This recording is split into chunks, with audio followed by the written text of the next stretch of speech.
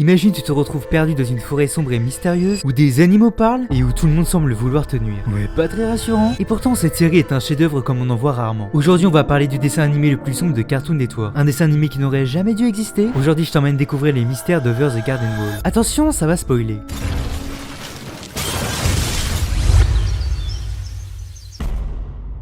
Notre histoire commence dans ce monde mystérieux, avec des choses fantastiques, mais étrangement réalistes. Sauf qu'une forêt semble avoir une emprise sur ce lieu. Et c'est ici qu'on fait la connaissance de Wirth, quelqu'un d'un peu trop lucide, et Grégory, quelqu'un qui l'est justement pas assez. Ce sont deux enfants qui cherchent à rentrer chez eux, et oui, Grégory a littéralement une théière sur la tête, posez pas de questions. Ils sont aussi accompagnés d'une grenouille, qui semble être son meilleur ami. Wirth et Grégory sont frères, enfin beaux-frères, mais là n'est pas vraiment la question, puisqu'en fait ils sont perdus. Mais alors qu'ils pensaient être foutus, ils entendent du bruit. Il s'agit d'un bûcheron qui coupe du bois. Mais même si Grégory aurait voulu lui demander de l'aide, bah disons que Wirth est un peu sur ses gardes et préfère garder ses distances. Mais alors qu'il était parti, ils se font interpeller par un oiseau qui parle. Vous êtes perdu, n'est-ce pas? Ah!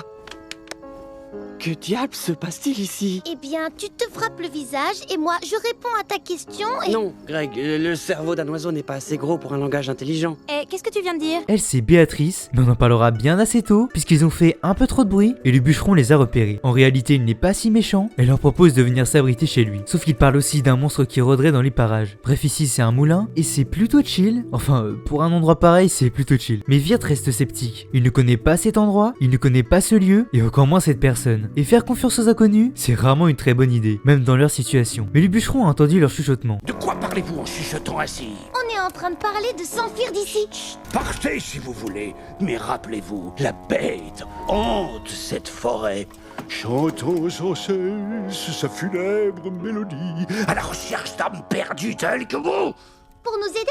Non, pas pour vous aider. Je ne sais pas qui est ce monstre, mais il semble terrifier tout le monde ici. Et ne pas avoir de repères dans ce lieu inconnu est déjà un problème en soi. Mais s'ils doivent se retrouver à fuir un monstre, autant dire que je ne donne pas cher de leur peau. Donc quelqu'un de sensé serait resté dans cette maison, sauf que Grégory a perdu sa grenouille, et Wirth de laisser sortir son frère, ça a pas l'air de le gêner plus que ça. Où est passée cette grenouille qui s'appelle Minou? Oh! J'ai trébuché sur mon chemin de bonbons. Mais dehors, quelque chose semble attendre sa proie. Mais Grégory lui s'en fout, puisqu'il recherche sa grenouille. D'ailleurs, on voit le bûcheron en train de récupérer de la sève d'arbre. Grégory, quant à lui, tombe dans un tonneau et retrouve sa grenouille. Sauf que la bête, elle est bien là. Tu as de très beaux yeux. Ouais, effrayant tout de même. Mais quand Grégory retourne dans la maison, il n'a pas l'air tant choqué que ça. Par contre, en prenant une planche, il assomme la seule personne qui aurait pu leur venir en aide. Ouais, c'est vraiment le clown qu'il pense être. Mais ils ont quand même un chien bien étrange qui continue de vouloir les manger. Après une petite course-poursuite, ils arrivent à le bloquer dans la roue du moulin et le chien se fait écraser, faisant sortir cette sorte de tortue. Mais ne vous inquiétez pas, ou peut-être qu'il faudrait s'inquiéter en fait, le chien n'est pas mort. Il a craché la tortue et maintenant c'est mon nouveau meilleur ami. Le bûcheron quant à lui est dégoûté, et y a de quoi. Mais ce qui l'inquiète le plus, ça reste la bête. Elle rôde comme la nuit. Elle chante comme les quatre vents. Elle est l'anéantissement de l'espoir. Elle vole leurs enfants. Et elle va ruiner... Il leur conseille alors d'aller au nord pour rejoindre une ville, puisqu'ici comme il n'y a plus de moulin, c'est plus vraiment safe. Ils reprennent alors la route. Après avoir marché toute la nuit, il fait de nouveaux jours, et faut reconnaître qu'ici quand le jour se lève, c'est magnifique. Mais ils entendent un cri d'aide, c'est Béatrice, qui est bloquée dans un buisson. Grégory l'aide alors à sortir d'ici, et elle lui dit que du coup elle lui doit un service. Ça vous dirait que je vous emmène voir Adélaïde du pâturage, la bonne âme de la forêt? Elle pourrait vous aider à rentrer chez vous. Oh! Ah non, un oiseau magique qui parle et qui veut nous emmener voir une bonne fée dans la mystérieuse... Je vais à Pottsfield. Ouais, on va à Pottsfield. Allez, viens. Et pour le service, je réfléchirai à mon vœu plus tard. Ils se retrouvent alors à Pottsfield et écrasent des citrouilles aussi. Mais ce village est vide. Par contre, au loin, ils entendent des gens chanter. Ce sont des sortes de citrouilles vivantes. Enfin, en réalité, on ne sait pas vraiment ce que c'est, puisque ces personnes s'habillent en fait avec des légumes. Mais nos amis à la base sont juste là pour essayer de rentrer chez eux. Et ça, les légumes le prennent un peu mal. Vous venez dans notre ville, vous piétinez nos récoltes, vous interrompez notre réunion privée, et maintenant vous voulez partir. Oui. Vous ne condamnerez jamais, vous n'avez pas assez de preuves. Celle-là essaie de s'échapper. Laissez-moi partir, je connais pas ces clowns. Les enfants, ça m'attriste que vous ne souhaitiez pas rester ici, notamment parce que je vais tout simplement devoir vous punir pour vos transgressions. Ils se retrouvent punis à devoir récolter des citrouilles, récupérer du blé, mais à la fin de la journée, c'est plus qu'inquiétant, puisqu'ils creusent un trou, et Béatrice, peut être un peu plus futée que les autres, comprend que vu la taille du trou, c'est sûrement pas pour planter des graines. D'autant plus que Grégory trouve un squelette. Mais les citrouilles arrivent, et alors que Wirth essayait de gagner du temps, pour que Béatrice retire leur chaîne, il se retrouve seul. Et si ce n'était pas assez, un squelette derrière lui s'est réveillé. En fait, ici, tout le monde est un squelette. Bon, et toi alors? Tu es sûr de vouloir partir? Moi? Oui. Oh, de toute façon, tu finiras bien par nous rejoindre un jour. Globalement, il semblerait que ça soit l'endroit où les morts apparaissent une fois enterrés. Ils reprennent alors vie ici. Pottsfield, c'est un peu une sorte de purgatoire. Ceux qui acceptent la mort, paradoxalement, peuvent revivre, alors que ceux qui préfèrent rester aveugles restent bloqués sous terre. Bref, nos deux amis repartent donc trouver la sortie, mais surtout aller voir cette Adélaïde qui pourrait les y aider. Sur le chemin, Béatrice semble bien pressée, et en même temps, cette Adélaïde pourrait l'aider aussi. Mais bref, ça c'est un mystère pour plus tard. D'ailleurs, cette Béatrice, elle n'a pas sa langue dans sa poche. On devrait pas... Greg, tu ne veux pas prendre exemple sur ton frère, qui fait toujours ce qu'on lui dit de faire? Une minable chiffre-molle qui compte toujours sur les autres pour prendre toutes les décisions? Hé, quoi? Je suis pas une chiffre-molle. Attends, Virt, laisse-moi finir. D'accord. Tu vois, Greg, ton frère n'a vraiment aucun caractère. Il faut que tu sois plus comme ça. Mais ça n'a vraiment pas l'air très amusant. Bref, ils finissent par tomber sur une école, et alors que Grégory l'a littéralement fui, Virt décide d'y aller juste par esprit de contradiction envers Béatrice. Elle lui a dit qu'il n'avait aucune personnalité, et qu'il suivait tout ce qu'on lui disait, alors il est bien décidé à lui montrer qu'elle avait raison. Mais cette maîtresse semble étrange. J'ai déjà bien assez enduré avec mon très bel amoureux bon à rien, infidèle et mesquin. Oh, Jimmy Brown, pourquoi m'as-tu abandonné ainsi? Et maintenant, avec mon père qui menace de fermer l'école, et ce gorille sauvage en liberté. Bref, quelqu'un avec de gros problèmes, mais Virt se retrouve dans la boîte du cancre. Pendant ce temps, Grégory s'est fait de nouveaux potes, des animaux qui sèchent les cours, sauf que rapidement, il fait face à ce fameux singe. Il se dirige donc vers la cloche pour appeler à l'aide. La maîtresse pense que c'est l'heure de la pause déjeuner, et Grégory en profite pour se mettre en sécurité. Sauf qu'ici, la purée est pas très bonne, mais je connais un qui a toujours une solution. Les pommes de terre à la mélasse, meilleures que les leçons d'algèbre-classe. Si ton estomac gargouille et que ta bouche bafouille, et pour empêcher que ton esprit ne s'embrouille. Ouais, c'est dingue d'avoir autant de positivité dans un seul individu. Sauf qu'il y en a un qui est bien décidé à mettre fin à tout ça, et c'est le père de la maîtresse, qui veut alphabétiser les animaux de la forêt. Il récupère donc tous les instruments et tout le monde au lit. Mais Grégory est pas trop de cet avis, et notre petit groupe fugue. Sauf qu'ici il trouve le soi-disant père bien méchant qui finance tout ça. Et en fait on découvre qu'il a juste mis toutes ses économies dans cette école, et qu'il tente par tous les moyens de la laisser ouverte le plus longtemps possible. Mais il manque d'argent. Alors les instruments qu'il a volés ont juste pour objectif de continuer le financement. Sauf que Grégory est pas trop de cet avis, et alors qu'il s'était endormi, il vole tout ça. À son réveil, le père découvre que les instruments ont disparu. Grégory a organisé un concert pour récolter des fonds pour l'école, et ce qui est sûr, c'est que ça marche plus que bien. D'ailleurs, on apprend que le gorille c'est juste Jimmy Brown, qui a été embauché dans un cirque, mais qui est resté bloqué dans le costume. Et du coup, tout le monde l'a rejeté. Ouais, bien triste, mais au moins la maîtresse est de nouveau heureuse. Alors, tu veux que je dise à Greg qu'on doit repartir? Non, laisse-le s'amuser. Pleine de crème et de sirop. En fait, cette école c'est pile ce qu'il fallait à Virt pour évoluer. C'est une école totalement absurde, dans un monde où le savoir semble n'avoir aucun sens. Vouloir éduquer des animaux comme des humains, c'est quelque peu insensé. Dans un sens, cette école devient une sorte de parodie de la connaissance. On apprend mais rien de concret, et on enseigne sans comprendre. Avoir une structure ici, une école et des règles, ne veut pas forcément dire avoir du sens. Virt comprend finalement qu'il doit aller au-delà, ne pas suivre aveuglément ce qu'on lui dit, et forger son libre arbitre. Et pour rester dans l'idée de la mort, dans la divine comédie de Dante, certains damnés sont punis pour avoir mal utilisé la raison, et pour avoir suivi de fausses vérités, ou encore de libre arbitre. Mais on va revenir plus tard, puisque cette comédie structure littéralement toute l'intrigue. On retrouve le bûcheron toujours en train de chercher des arbres, mais nos amis eux se sont bien cachés dans un chariot, sauf qu'ils finissent par être éjectés, et doivent désormais se réfugier dans une taverne. Sauf que Béatrice est virée, parce qu'ils n'acceptent pas les oiseaux ici. Par contre, toutes les personnes présentes dans cette pièce ont un rôle précis. Eh bien, lui, c'est le boucher, Je suis le boucher. le boulanger, la sage-femme, le maître et l'élève, le tailleur. Et moi, je suis la tavernière. Alors, qui êtes-vous? Je suis affamée. Je suis, j'en sais rien. Bon, j'aime pas trop les étiquettes, je suis pour ainsi dire moi-même. L'épisode tourne autour de la quête d'identité de Virt. Qui est-il dans ce monde? Qu'est-ce qui le différencie des autres? Et après pas mal de chansons qui l'ont un peu mis mal à l'aise, parce qu'honnêtement c'est quelqu'un qui a clairement du mal à s'affirmer. Comment comprendre les autres alors que l'on ne sait même pas qui l'on est? Et finalement je crois qu'on est tous un peu passés par là. Mais les personnes de cette taverne finissent par comprendre qui il est. Je sais ce que tu es un pèlerin. Quoi? Comme les gens qui ont mangé de la dinde à Thanksgiving? Non, tu es un pèlerin. Un pèlerin? Tu es un aventurier qui fait un voyage sacré. Tu es le maître de ton propre destin. Le héros de ta propre histoire. Un pèlerin? Il avait juste besoin qu'on croie en lui, et à la base ils étaient quand même venus là pour demander leur chemin. Mais ils en ont appris bien plus. On connaît tous la bête pèlerin. Elle rôde dehors dans l'inconnu, cherchant ceux qui se sont perdus et qui ne repartiront jamais plus. Et le bûcheron d'après eux c'est le monstre parce qu'il possède la lanterne. Une lanterne qui semble directement y être reliée. Mais alors pourquoi ne les a-t-il pas directement attaqués dès leur arrivée? Bon, on réfléchira à cette question plus tard, puisqu'on entend Béatrice au loin qui semble s'être fait attaquer. Notre équipe prend donc à cheval et s'y dirige. Le bûcheron les surprend et les met encore en garde contre cette bête. Mais Wirth réussit à faire tomber la lanterne et ils peuvent s'échapper en emportant Béatrice. D'ailleurs le cheval s'appelle Fred et il parle. Mais le plus inquiétant actuellement, c'est qu'on s'est peut-être encore trompé sur le bûcheron. Il semblerait que tu sois bientôt à court d'huile, bûcheron. Pourquoi tu ne me laisserais pas porter un peu la lanterne? Va-t'en, la bête! Je t'ai déjà affronté pour la lanterne, et s'il le faut, je t'affronterai encore! Inutile d'avoir recours à la violence, mais fais en sorte qu'elle reste allumée, ou la flamme de ta fille s'éteindra à tout jamais. Alors, dans quelle direction sont partis ces enfants? Tu vas laisser ces enfants tranquilles! La bête! La bête!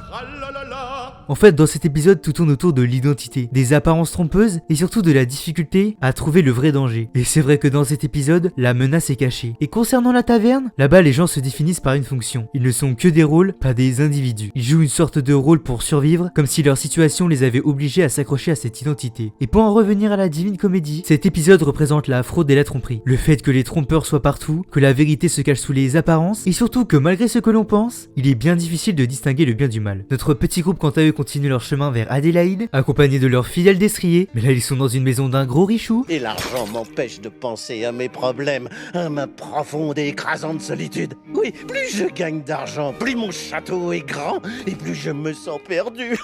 C'est vrai, cette maison est tellement grande que parfois je sais même plus où je suis ni qui je suis.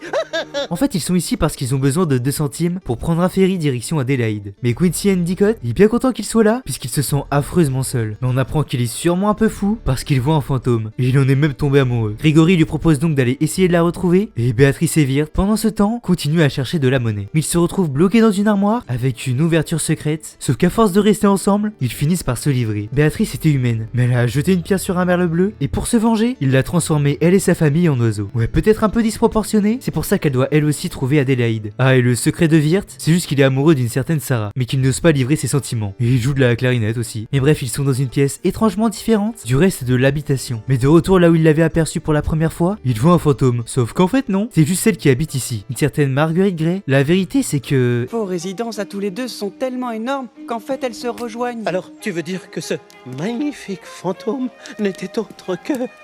Ce spectre élégant n'était autre que... mon concurrent en affaires. Les deux amoureux donnent donc en remerciement à Grégory 1 centime chacun, pile ce qu'il fallait, et Fred décide de rester parce que maintenant il a un taf. Sauf que sur le chemin du retour, Grégory jette les pièces dans une fontaine. Pourquoi t'as fait ça? Parce que oncle Endicott s'est trompé sur mon compte. Je n'ai aucune richesse, pas la moindre pièce. Le danger ici ne vient pas du monde, mais de l'esprit, de l'imagination, et dans un sens, Endicott invente un problème pour combler son ennui et sa solitude. Et pour Marguerite, c'est exactement la même. Mais paradoxalement, c'est aussi ce qui leur a permis de briser cette solitude. Et pour en revenir à la Divine Comédie, cet épisode représente assez logiquement le cercle de la luxure. Globalement, les âmes sont emportées par leurs émotions, incapables de contrôler leurs désirs. Donc ici, c'est pas seulement un amour romantique, c'est surtout un attachement excessif à une idée ou à une peur, puisque les deux tourtereaux sont devenus obsédés par un soi-disant fantôme. Bref, nos amis se retrouvent donc sur le ferry, mais Béatrice semble limite vouloir faire demi-tour. Ouais, étrange, mais là je rappelle qu'ils avaient pas les 2 centimes, alors ils se font courser par la police. Ils arrivent à se cacher en s'habillant bizarrement et en faisant semblant de faire partie de la fanfare. Sauf que le joueur de basson s'est fait frapper et se retrouve à l'eau. Wirth n'a d'autre choix que de prendre sa place.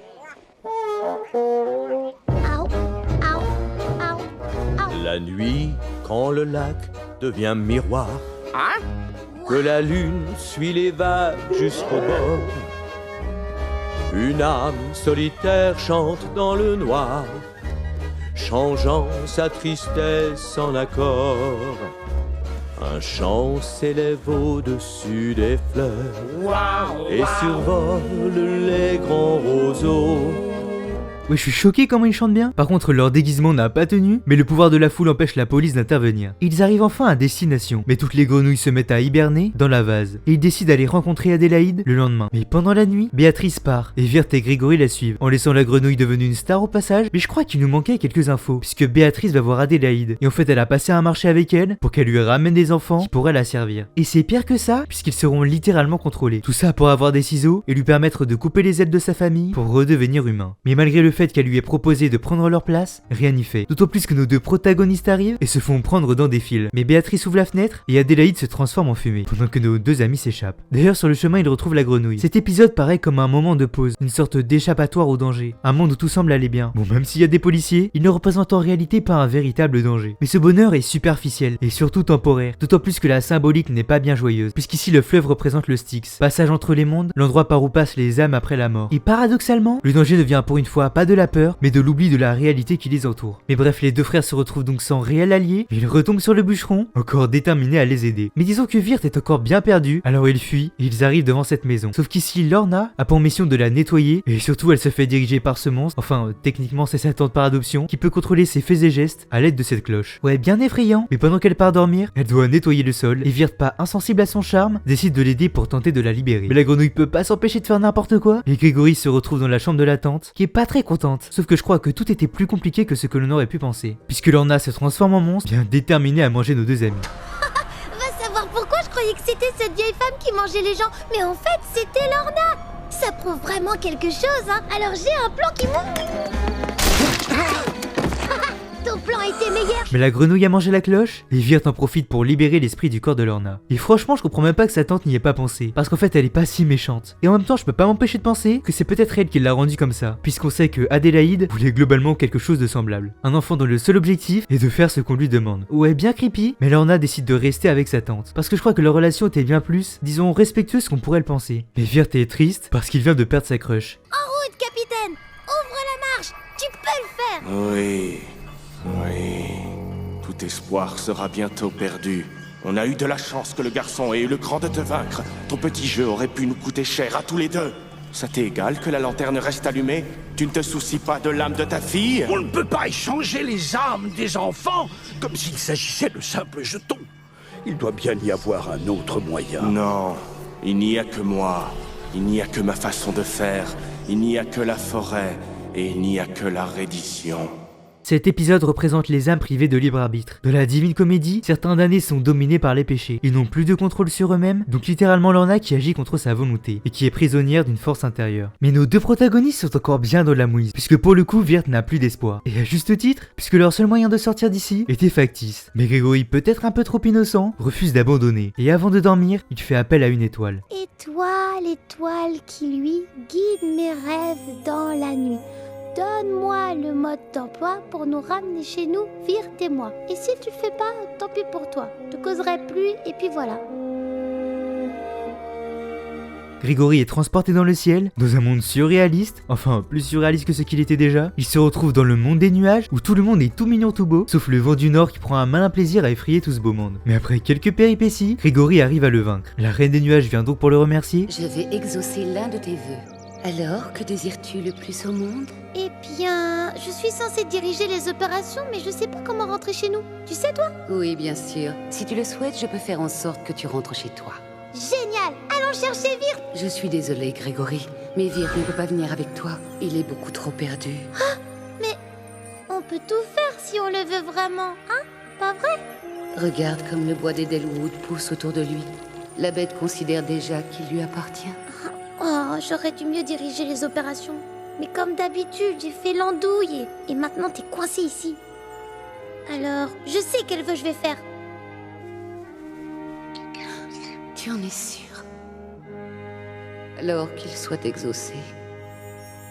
Grégory se réveille et se dirige vers la bête. Mais Wirth découvre rapidement que son frère a disparu et part à sa recherche. Sauf qu'il se retrouve sous la glace et est repêché par un poisson. Ouais, c'est ironique. La vérité, c'est que Béatrice l'a retrouvé et sauvé. Ici, Wirth a perdu toute volonté, il renonce. Alors c'est à Grégory de prendre le relais, de porter le poids du duo sur ses épaules. Dans un sens, l'innocence prend le relais lorsque la raison échoue et l'espoir survit même quand tout semble perdu. Mais malheureusement, cette innocence vient aussi avec une naïveté. Et ce monde lumineux, joyeux, irréel, pourrait même représenter la façon dont Grégory voit le monde. Mais malheureusement, c'est un leurre. Le désespoir peut se cacher derrière une fausse promesse de paix. Pourtant que l'enfer n'est pas fait de feu, mais de glace. Et ça, on risque de bien le comprendre à nos dépens. Mais l'épisode 9 est différent. Il nous amène avant les événements, nous montrons un Wirth qui manque de confiance en lui, et bien déterminé à donner une cassette où il livre ses sentiments à Sarah. Mais sur le chemin, il croise Grégory. J'ai aidé vieille Madame Daniels à ratisser les feuilles mortes en échange de bonbons. Greg, c'est Halloween. Les bonbons sont gratuits. Vieille Madame Daniels dit qu'il n'y a rien dans ce monde qui soit gratuit. Oh, et regarde, j'ai aussi eu cette pierre. Hey, Virt, tu veux apprendre des faits gravés dans la pierre? Mais alors que Grégory voulait aller chercher des grenouilles avec son frère, je connais un qui est pas d'humeur. Alors il prend les choses en main, récupère la cassette et demande aux amis de Sarah de lui la donner pour lui. Sauf qu'il apprend que Jason Thunderbarker va avouer ses sentiments le jour même. Alors il est dégoûté parce qu'il pense n'avoir aucune chance face à lui. Alors il s'empresse d'aller récupérer la cassette, mais rien n'y fait. Il se retrouve dans une fête chelou dans un cimetière. Oui, parce que vous l'aurez deviné, mais c'est Halloween. Et puis d'ailleurs c'est lui Jason. Avec tout le respect, hein, Virt a vraiment toutes ses chances. Est-ce que tu crois aux fantômes? Pourquoi? Parce qu'il y en a un juste derrière toi. Oh, mais je plaisante. C'est pas grave, Thunderbarker. Mais la police arrive et il se retrouve à courir. Il y a mon nom écrit dessus. On n'a qu'à aller l'écouter. Les enfants, allez, descendez de ce mur. Ça y est, c'est terminé. Oh bon sang, je voulais dire descendez de ce côté. Mais refusant d'accepter ses erreurs, Virt s'embrouille avec son frère, sauf que des rails c'est peut-être pas le meilleur endroit pour le faire. There's an old black train coming, scraping along the iron. You don't need no ticket noise, it'll take you in its time. Virt se retrouve avec la famille de Béatrice et s'empresse d'aller chercher son frère. Tu devrais au moins attendre que la tempête s'arrête. Mort, tu ne pourras pas aider ton frère. Même vivant, je l'ai jamais vraiment aidé. Béatrice, quant à elle, retrouve Grégory, mais le vent est trop fort. Lui est en train de succomber au froid, convaincu que faire ce que la bête lui demande pourra sauver son frère. Mais Béatrice tombe sur Virt, bien déterminé. Le bûcheron a court d'huile pour sa lanterne, quant à lui est attiré par la bête qui lui propose un arbre bien spécial, Grégory. Ici, les âmes perdues se transforment en arbres d'Edelwood. Non, je ne le ferai pas. Ça fait des années que tu broies des âmes perdues. Je ne savais pas, non, je ne savais pas que c'était de là que venaient les arbres d'Edelwood. Quelle différence cela aurait-il fait? Aurais-tu laissé l'esprit de ta fille s'éteindre pour toujours? Nourris la lanterne. Non, elle ne souhaiterait pas ça. On va te sortir de là. L'âme de sa fille est bloquée dans la lanterne, si elle s'éteint, il la perdra pour toujours. Mais Grégory n'est pas mort, et quand Virt et Béatrice arrivent pour le sauver, il est frigorifié, tellement affamé qu'il s'est retrouvé à manger des feuilles. Pensant ses derniers moments arrivés, il se confesse. La pire chose qu'il ait jamais faite dans sa vie, c'était de voler ce caillou, lorsqu'il s'occupait du jardin. C'est à ce moment-là que la bête arrive, jetant le bûcheron sonné. La bête demande à Virt de lui redonner sa lanterne, pour qu'il puisse mettre l'âme de Grégory à l'intérieur, et qu'il ne meure pas, comme il l'avait fait pour la fille du bûcheron. Mais Virt a compris quelque chose, et redonne la lanterne au bûcheron, puis se munit de la hache pour libérer son frère. Cette lanterne contient avant tout l'âme du monstre lui-même, et le bûcheron qui doit se racheter abandonne l'âme de sa fille. Arrête! Tu ne reverras plus jamais ta fille, bûcheron. Es-tu vraiment prêt à retourner dans cette maison vide? Non? Bûcheron! Au revoir, Béatrice. Au revoir, Virt. Un pour l'oiseau, deux pour les arbres, trois pour le vent dans les feuilles, quatre pour les étoiles, cinq pour la lune. Virt, est-ce que ça va?